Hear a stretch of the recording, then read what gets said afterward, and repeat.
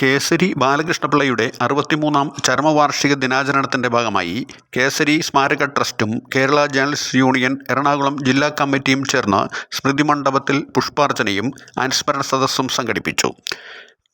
കേസരി അന്ത്യവിശ്രമം കൊള്ളുന്ന മാടവനപ്പറമ്പിൽ ട്രസ്റ്റ് ചെയർമാൻ എസ്. ശർമ്മ സമ്മേളനം ഉദ്ഘാടനം ചെയ്തു. സെക്രട്ടറി പൂയപ്പള്ളി തങ്കപ്പൻ അധ്യക്ഷനായി.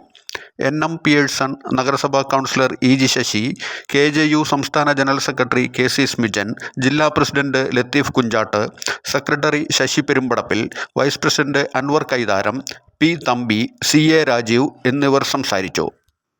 യൂണിയനും പറവൂർ കേസരി ട്രസ്റ്റുമാണ് കഴിഞ്ഞ വർഷവും നമ്മൾ ഇതേപോലൊരു ചടങ്ങ് സംഘടിപ്പിച്ചിരുന്നു.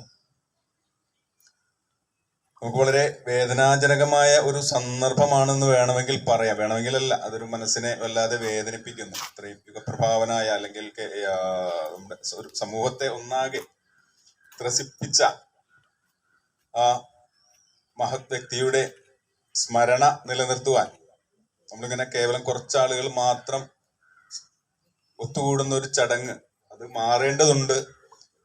നമ്മുടെ ഈ കാലഘട്ടത്തിന്റെ ഒരു പ്രത്യേകതയാണ് ചരിത്രത്തിൽ വലിയ തരത്തിൽ സമൂഹത്തെ മാറ്റിത്തീർത്ത വ്യക്തികളെ അനുസ്മരിക്കാനോ അവരുടെ പാതകളിലൂടെ മുന്നോട്ട് സഞ്ചരിക്കാനോ പറ്റാത്ത തരത്തിൽ നമ്മുടെ സമൂഹം മാറിപ്പോയിരിക്കുന്നു എന്നുള്ളതാണ്. പല തരത്തിലുള്ള സാങ്കേതികമായിട്ടുള്ള വിസ്ഫോടനങ്ങളുടെ ഫലമായി നമ്മുടെ സമൂഹത്തിന്റെ സാമൂഹ്യ മനസ്സ് എന്ന് പറയുന്നതിന് സംഭവിച്ചിട്ടുള്ള ഒരു ട്വിസ്റ്റായിട്ടാണ് ഞാൻ അതിനെ കണക്കാക്കുന്നത്.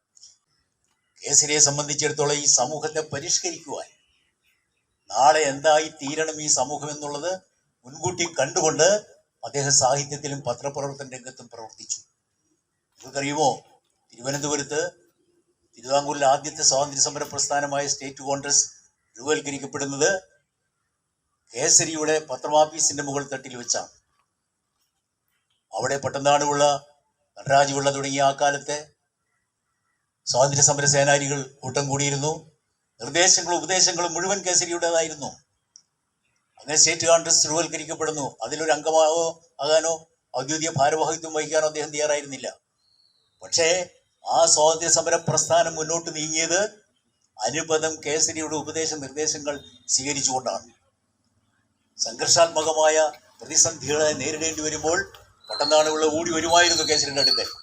അതാണ് വിചിത്രവും അത്ഭുതകരവുമായ ഒരു കാര്യം. ഒരിക്കലും രാഷ്ട്രീയത്തിൽ നേരിട്ടിടപെടാത്ത ഒരു മനുഷ്യന്റെ അടുക്കൽ രാഷ്ട്രീയ രംഗം എങ്ങനെ കൈയാളണമെന്ന് ഉപദേശം ചോദിക്കുവാനായിട്ട് വരുന്നു രാഷ്ട്രീയത്തിലെ പ്രഗത്ഭമതികൾ എന്ന് വിശേഷിപ്പിക്കപ്പെടുന്ന ആളുകൾ. ചരിത്രത്തിൽ മഹാസംഭവങ്ങളായി മാറിയിട്ടുള്ളവർക്ക് കേസരിയുടെ സംഭാവന പ്രശസ്ത സാഹിത്യ പണ്ഡിതന്മാരിൽ പ്രമുഖനായ പലരും വിശേഷിപ്പിച്ചിട്ടുള്ളത്. അദ്ദേഹത്തെ കുറിച്ച് പറഞ്ഞത് കേസരിയുടെ ചിന്ത ഉപ്പിലിട്ടതുപോലെയാണ്. കുറച്ച് കഴിയുമ്പോൾ ടേസ്റ്റ് കൂടി വരും. കേസരി സാഹിത്യത്തിന് ഇന്ന് ആധുനിക ലോകത്ത് ടേസ്റ്റ് വർദ്ധിച്ചുകൊണ്ടിരിക്കുന്ന സവിശേഷമായ സാഹചര്യം. പക്ഷെ നമ്മുടെ നാട് അതനുസരിച്ച് ഉണരുന്നില്ല എന്നൊരു തോന്നൽ അൻവറിലൂടെ പരാമർശിക്കപ്പെട്ടിട്ടുള്ളത് വസ്തുതയുമാണ്, ശരിയും. ഇന്ന് 63-ാമത് ചരമവാർഷിക ദിനമാണ്. 1889 തിരുവനന്തപുരത്ത് തമ്പാനൂരിലായിരുന്നു കേസരിയുടെ ജനനം. അതിനുശേഷം 1922 സമദർശിനി എന്ന മാസികയുടെ പത്രാധിപരായിട്ടാണ് മാധ്യമപ്രവർത്തന മേഖലയിലേക്ക് വന്നത്. അദ്ദേഹം കടുത്ത ദാരിദ്ര്യം അനുഭവിക്കുമ്പോഴും സമൂഹത്തിലെ ഉച്ചനീചത്വങ്ങൾക്കെതിരെ പോരാടിയാൻ തയ്യാറായുള്ള ഒരു വലിയ മനുഷ്യനാണ്. ശ്രീ കേസരി എ ബാലകൃഷ്ണപിള്ളയുടെ 63-ാമത് ചരമദിനമാണ് ഇവിടെ കേസരി സ്മരണയായി നമ്മൾ നടത്തിക്കൊണ്ടിരിക്കുന്നത്. ഈ ചാനൽ ഷെയർ ചെയ്യുക, സബ്സ്ക്രൈബ് ചെയ്യാൻ മറക്കരുത്.